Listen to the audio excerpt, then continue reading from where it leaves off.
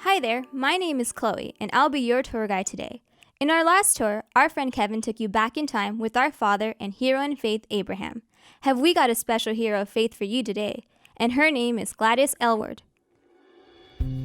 After studying for 3 months in the Missionary Society College, Gladys Aylward was told that she wasn't educated enough to become a missionary. No one believed she'd be able to learn the Chinese language, and so the committee couldn't accept her. But young Gladys knew deep in her heart that China was where God wanted her to be. So Gladys decided to get a job as a housemaid, and she worked to save money for a one-way ticket to China.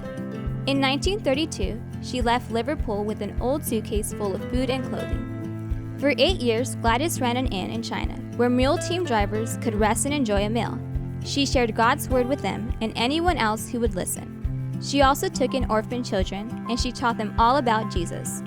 Gladys had more than 100 orphans in her care when she learned the Japanese army was coming to take over the place where they lived.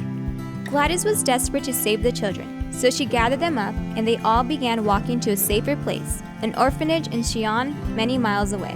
For 12 days they walked, and Gladys was worn out from leading the kids, but she refused to give up. When they reached the wide and deep Yellow River, they had no way to cross. "Ask God to get us across," the children said. "He can do anything." Gladys and the children knelt down together and prayed, asking God to help them get across the river. God heard their prayers. A Chinese officer showed up and he had boats.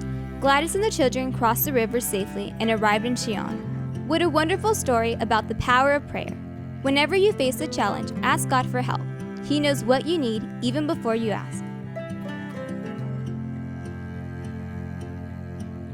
Do not fear, for I am with you. Do not be afraid, for I am your God. I will give you strength, and for sure I will help you. Isaiah chapter 41, verse 10.